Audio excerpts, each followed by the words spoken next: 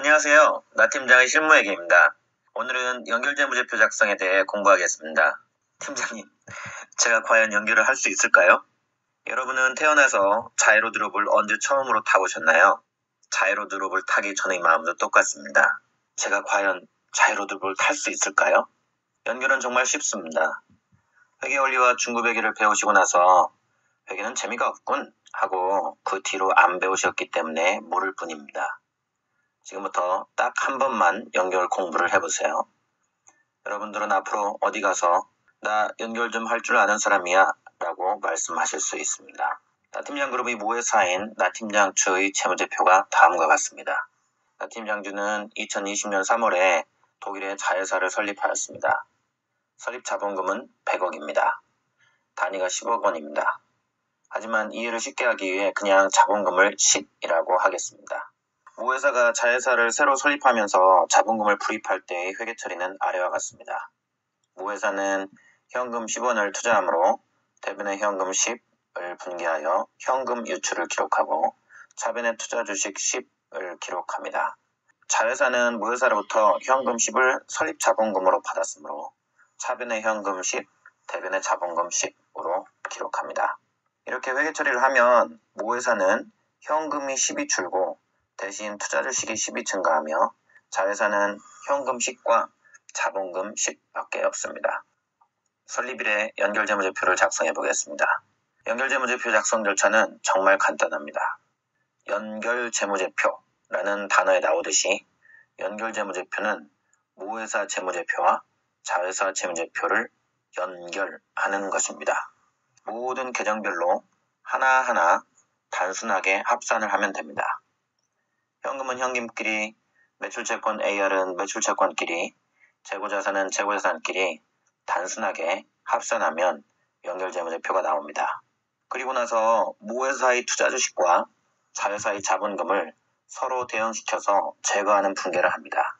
제거하는 이유는 다음과 같습니다. 아버지 나 팀장이 아들에게 사업을 하라고 종잣돈 현금 10을 준다고 하면 아들의 입장에서는 현금 10이 들어오면서 사업 미천인 자본금이 10이 증가했고 아버지 입장에서는 현금 10을 주면서 아들 사업에 대한 투자 지분, 즉 미래에 이익이 나면 배당을 청구하거나 사업에 대한 투자 지분 자체를 다른 사람에게 돈을 받고 팔 수 있는 투자 지분이 생긴 것입니다. 그러나 이는 아버지와 아들 각각의 입장에서만 그렇지만 남들이 보면 나 팀장 집안 전체로 보면 변한 게 없습니다.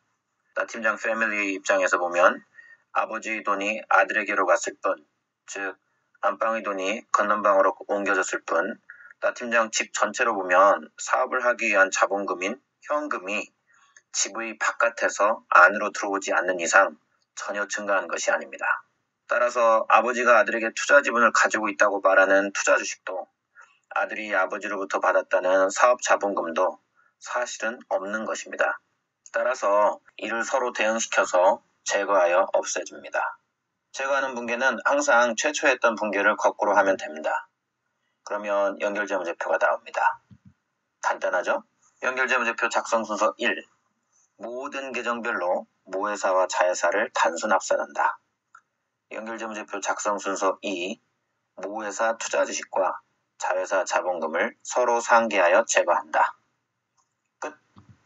설립일 이후에 자회사가 영업을 해서 매 연도에 당기순이익이 발생하여 자본이 증가하는 경우 어떻게 연결 제거 분계를 하고 연결 재무제표를 작성하는지 살펴보겠습니다. 먼저 설립일인 2020년 3월에는 방금 설명드린 것과 같습니다. 모회사 투자 주식은 자회사에 대한 설립 자본금 프리백, 즉 취득원가의 10으로 기록되어 있습니다. 자회사 자본에는 자본금 10만 있었습니다. 이 둘을 서로 상계하여 제거합니다. 차변에 종속회사 자본금 10을 써서 종속회사 자본금을 감소시키고 대변에 모회사 투자주식 10을 써서 모회사 투자주식을 감소시킵니다. 2020년 12월 말이 되어 설립 이후 자회사가 열심히 영업을 해서 당기순이익을 20 벌어들였고 자회사 순자산은 자본금 10을 합하여 30이 되었습니다. 연결재무제표 작성 절차는 언제 어디서나 똑같습니다. 단순 합산하고 투자 주식과 자본을 상계 제거합니다. 상계 제거하는 분계는 설립 시 했던 붕괴를 설립 이후에도 계속하여 똑같이 합니다.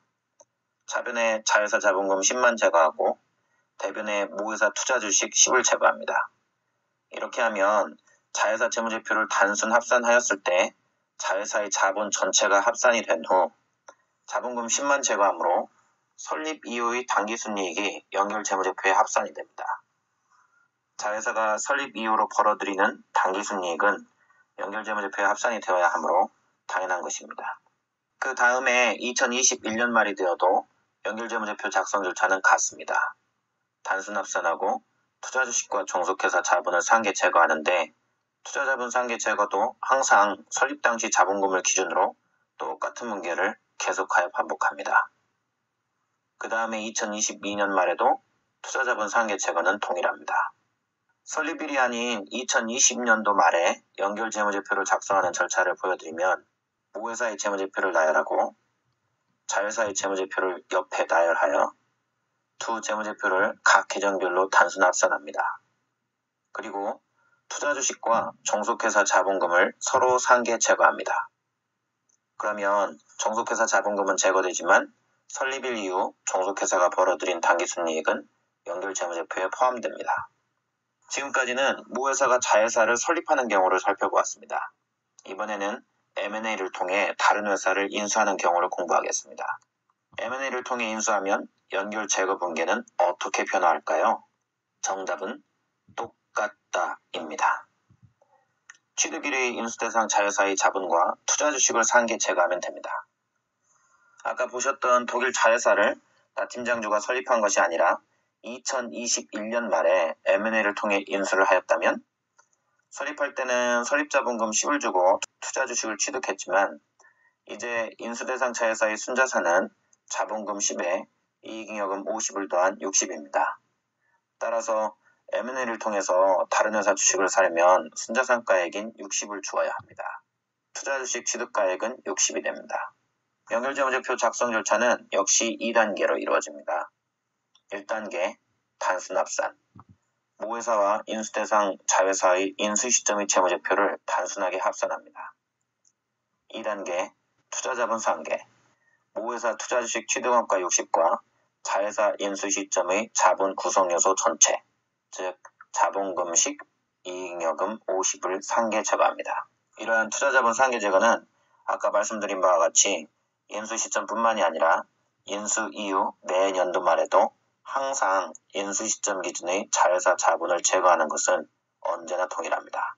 매년 말에 연결재무제표를 작성할 때 연결재무제표를 단순 합산하고 투자자본 상계 제거를 똑같은 문제를 작년에 했음에도 불구하고 올해도 내년에도 계속하여 하는 이유는 모회사와 자회사는 각자의 ERP 시스템인 SAP, 더존 등에서 매일매일 발생하는 거래를 회계처리를 하며 각자의 시스템에서 재무제표를 생성합니다.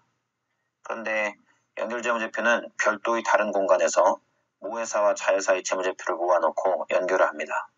이때 매년 말에 모회사와 자회사가 재무제표를 연결 시스템에 업로딩을 할 때 작년에 업로딩을 했던 재무제표를 제외하고 그 이후로 1년 동안 증가한 금액만을 각 계정별로 업로딩을 하는 방식, 즉 BS와 IS를 증분 방식으로 업로딩을 하는 것이 아니기 때문입니다.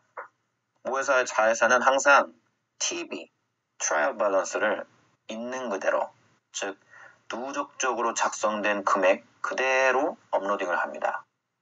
따라서 전기의 연결 재무제표를 작성했다고 하더라도 당긴 말에는 또다시 백지 상태에서 모회사와 자회사의 재무제표를 누적 기준으로 받아서 단순 합산하고 백지 상태에서 시작했으므로 연결 제거 분계도 작년에 입력을 했지만 올해 다시 입력을 하는 것입니다. 이것은 다른 모든 연결 조정 분계도 마찬가지입니다.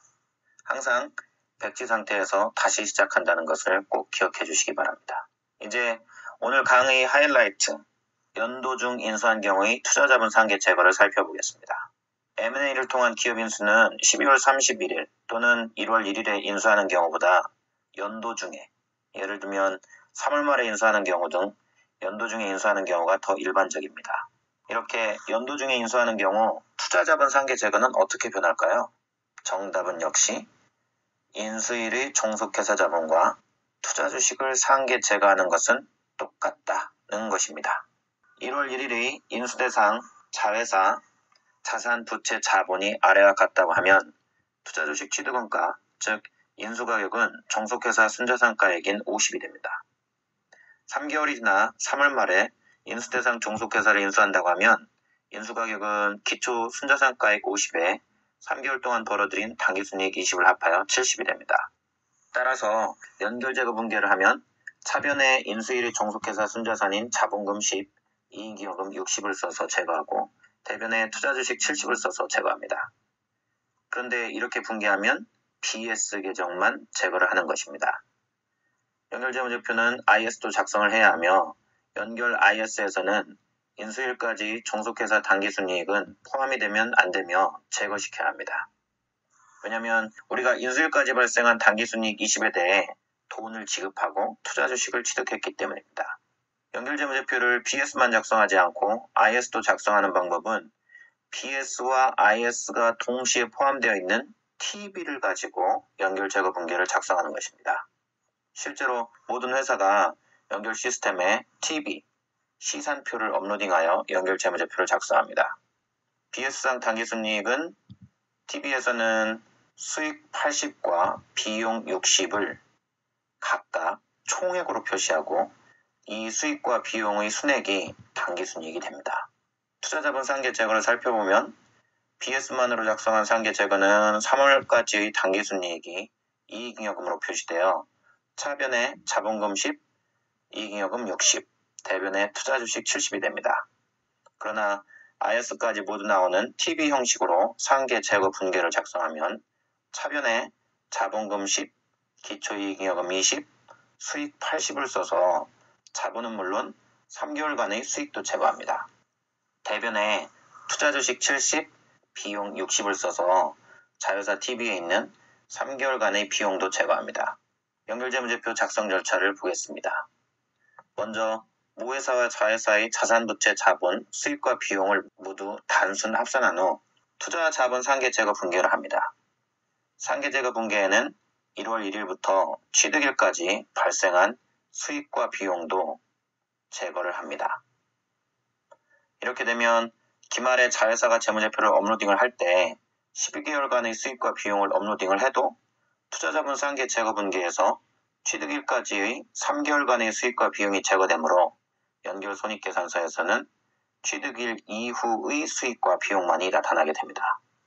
연결제거 분계는 모회사가 자회사를 직접 설립하는 경우와 M&A로 인수하는 경우로 나누어 투자자본 상계 제거 분계가 다릅니다. 투자자본 상계 제거 분계만 다르고 내부거래 제거나 기타의 분계는 다르지 않습니다. M&A로 자회사를 인수하는 경우 자회사 순자산의 장부가를 인수하지 않고 시가를 인수합니다. 이러한 경우의 투자자본 상계 제거는 2019년 10월 4일에 올린 동영상 PPA, Purchase Price Allocation을 시청해 주시기 바랍니다. 다음 시간에도 함께 공부하고 싶은 분들은 구독, Q를 눌러주세요. 감사합니다.